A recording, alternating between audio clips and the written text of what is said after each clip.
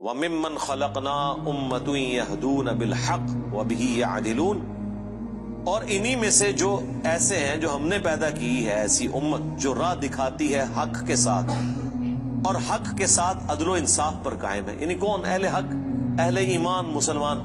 جہاں کوئی اللہ کے ساتھ شرک کر رہے ہیں نا، تو اللہ نے اپنے وہ بندے بھی پیدا کیے ہیں کہ جو توحید بھی اسی طرح بیان کر رہے ہیں۔ بلکہ میرا تو یار یہ دعویٰ ہے، شرک اتنا شد و مت کے ساتھ لوگوں نے نہیں کیا جتنا لوگوں نے توحید شد و مت سے بیان کی ہے۔ تو اللہ تعالیٰ ایسے بندوں پر فخر کرتا ہے جو اس کی توحید کو بلند کرتے ہیں۔ سبحان ربک رب العزت عما یصفون۔ دیکھیں نا سورہ الصافات میں اللہ نے ایک ایک نبی کا ذکر کیا ہے۔ یار اللہ کو جو بندے پسند ہیں نا وہ اس کے پیغمبر ہیں، حقیقت بات ہے۔ اس لیے میں اکثر کہتا ہوں کہ اگر اس کائنات کی سب سے بڑی کوئی دعا ہے نا تو یہ ہے کہ یا اللہ پیغمبر بنا دے، لیکن یہ دعا حرام ہے، کیونکہ پیغمبر کا عہدہ وہبی ہے، کسبی نہیں ہے۔ وہبی ہے یعنی گاڈ گفٹڈ، کسبی یعنی ایفرٹ پٹ کر کے نہیں آپ حاصل کر سکتے۔ اگر اس کائنات کی کوئی سب سے بڑی دعا ہے نا تو یہی ہے کہ اللہ پیغمبر بنا دے،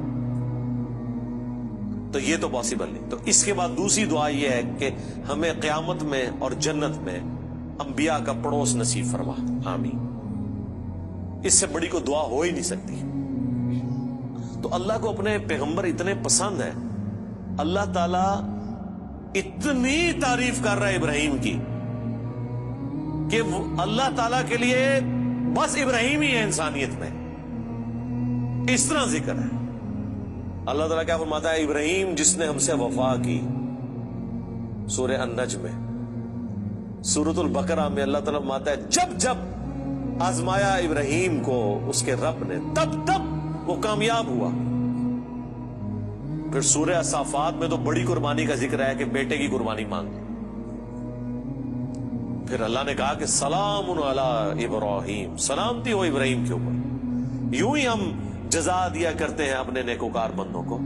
ہم نے اس کی قربانی کو انسانیت میں ہمیشہ کے لیے زندہ کر دیا۔ آج امت محمدیہ ہے لیکن قربانی کو کہتی ہے سنت ابراہیمی، حج کو کہتی ہے سنت ابراہیمی، اسلام کو کہتی ہے دین ابراہیمی۔ ملت ابیکم ابراہیم هو سماکم المسلمین من قبل وفی ھذا۔ یار چھوڑ دے سب سے بڑی بات رسول اللہ، قل اننی ہدانی ربی الی صراط مستقیم۔ اے نبی تم فرماؤ مجھے تو میرے رب نے سیدھا راستہ دکھا دیا، دینا قیما ملت ابراہیم حنیفا، دین جو کہ قائم ہے ابراہیم کی ملت پہ جو سب سے ٹوٹ کر ایک اللہ کے ہو گئے تھے۔ وما کان من المشرکین، وہ مشرک نہیں تھے۔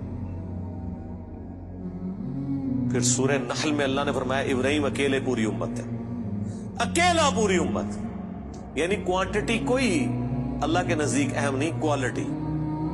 بندہ کہتا ہے کہ پتہ نہیں ابراہیم نے کتنے 90 لاکھ کلمہ پڑھایا ہوئے گا، آیا نا داڑ تلے، دسو 90 بھی بندے نہ پورے کر سکتے۔ قرآن میں آیا ایک لوط ایمان لایا ابراہیم پہ، یا چند ان کے گھر والے جو بیوی بچے تھے، دیٹس آل۔ 10 کی گنتی بھی پوری نہیں ہوتی، اس لیے اللہ نے کہا ابراہیم پوری امت ہے۔ اللہ کے نزدیک ابراہیم علیہ السلام کی کتنی اہمیت ہے۔ تو سورہ الصافات میں اللہ نے ابراہیم کی قربانیوں کا ذکر کیا، نوح علیہ السلام کی، کہا سلام علی نوح فی العالمین، ٹھیک ہے۔ موسیٰ اور ہارون کا ذکر کیا، سلام علی موسیٰ و ہارون، اور پھر اللہ تعالیٰ نے اینڈ پہ جا کے کنکلوڈ کیا سورہ الصافات میں تمام انبیاء پہ الگ الگ ذکر کر کے ان پہ سلامتیاں بھیج کے اینڈ پہ اللہ نے کہا سبحان ربک رب العزت عما یصفون، تیرا رب پاک ہے ہر اس شرک کی برائی سے جو لوگ اس کی طرف منسوب کرتے ہیں۔ کسی کو یہ ٹینشن نہ ہو جائے کہ اگر اللہ کے ساتھ کوئی شرک کرتا ہے یا اللہ کے لیے برے نام رکھتا ہے یا مخلوقات میں سے کسی کو اللہ کے برابر ٹھہراتا ہے تو اللہ کو کوئی ٹینشن ہو گئی ہے، نو، سبحان ربک رب العزہ، بے شک تیرا رب جو عزت والا ہے، پاک ہے، بلند ہے اس شرک سے جو لوگ اس کی طرف منسوب کرتے ہیں۔ وَسَلَامٌ عَلَى الْمُرْسَلِينَ، اس کے اندر پتہ کیا درد ہے؟ اللہ کہتا ہے ہمارے لیے تو ہمارے پیغمبر ہی کافی ہیں، سلامتی ہو ہمارے پیغمبروں پر، انہوں نے ایسا حق ہمارا ادا کیا کہ پوری انسانیت گمراہ بھی ہو جائے نا ہمیں کوئی پرواہ نہیں ہے۔ ہمارے جو سچے بندے تھے، ابراہیم، موسیٰ، عیسیٰ، نوح، آدم، محمد رسول اللہ صلی اللہ علیہ وآلہ وسلم، ان پر سلامتی ہو، والحمدللہ رب العالمین، اور تمام تعریفیں پھر اللہ کے لیے۔ اس لیے میں نے درود شریف پہ جو لیکچر دیا تھا نا، اس میں بھی میں نے کہا تھا کہ سب سے بیسٹ درود وہ قرآن کے اندر آ گیا، سبحان ربک رب العزت عما یصفون وسلام علی المرسلین والحمد للہ رب العالمین۔ آپ کو مزے کی بات بتاؤں، یہ جو حدیث ہے نا بخاری مسلم کی، کہ نبی علیہ السلام فرض نماز کے بعد پڑھتے تھے لا الہ الا اللہ وحدہ لا شریک لہ لہ الملک ولہ الحمد وہو علی کل شیء قدیر اللہم لا مانع لما اعطیت ولا معطی لما منعت ولا ينفع ذا الجد منک الجد۔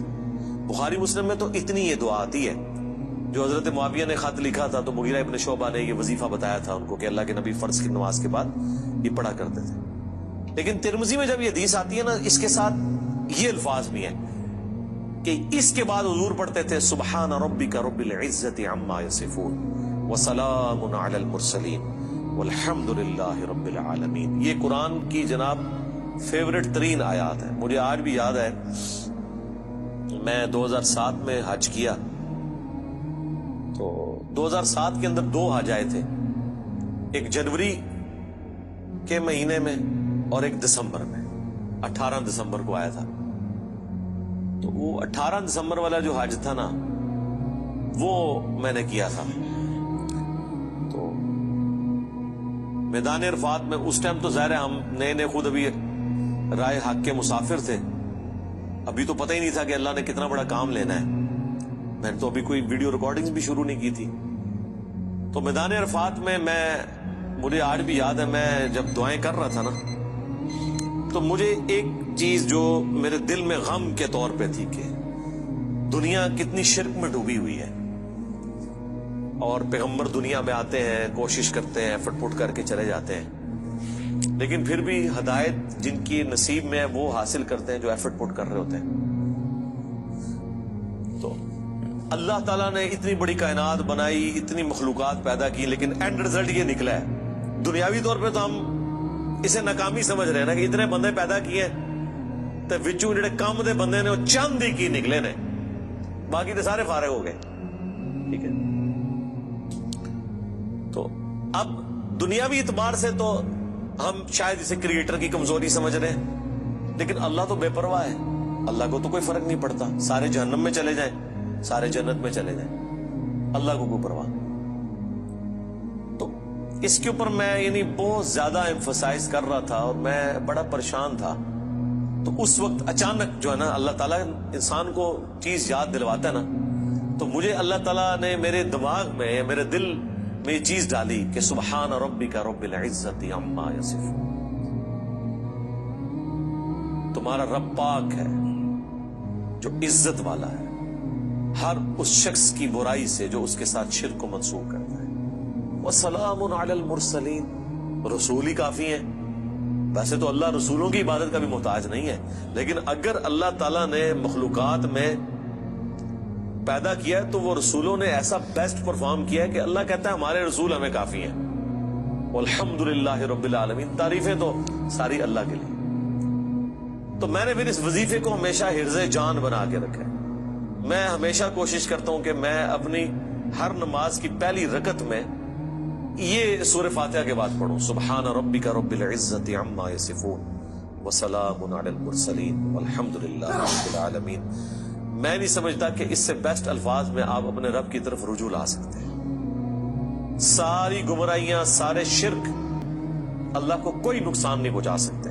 سبحان ربک رب العزت عما یصفون۔ اور اللہ کے بعد اگر کوئی حقدار ہے نا کہ اس کا شکر ادا کیا جائے تو وہ اللہ کے پیغمبر ہیں، جنہوں نے کمٹمنٹ کے ساتھ اللہ کی مخلوق تک اپنا پیغام پہنچایا، اور وہ اللہ نے اس میں ایڈ کر دیا وسلام علی المرسلین، سلام ہو رسولوں کے اوپر، والحمد للہ رب العالمین، اور تمام تعریفیں اس رب کے لیے جو سارے جہانوں کا پالے۔ تو میرے بھائی قرآن جس کو پاپا مانتا ہے نا وہ پیغمبر ہوتے ہیں، باقی آپ کے بنائے ہوئے پاپے ہیں، باقی سارے فالوورز ہوتے ہیں۔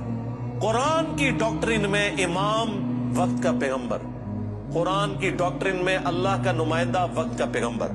اس لیے سورہ زمر میں آتا ہے جب جہنمی جہنم میں پھینکے جائیں گے نا تو فرشتے پوچھیں گے تمہارے پاس کوئی پیغمبر نہیں آیا تھا؟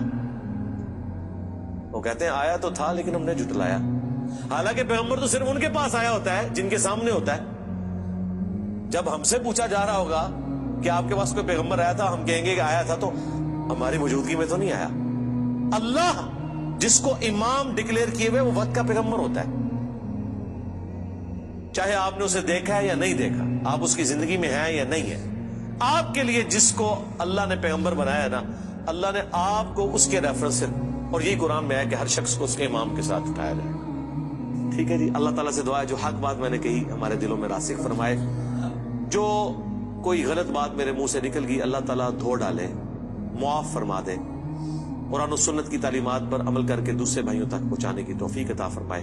سبحانک اللہم و بحمدک، اشہد ان لا الہ الا انت، استغفرک و اتوب الیک، وما علینا الا البلاغ المبین۔ جزاکم اللہ خیرا۔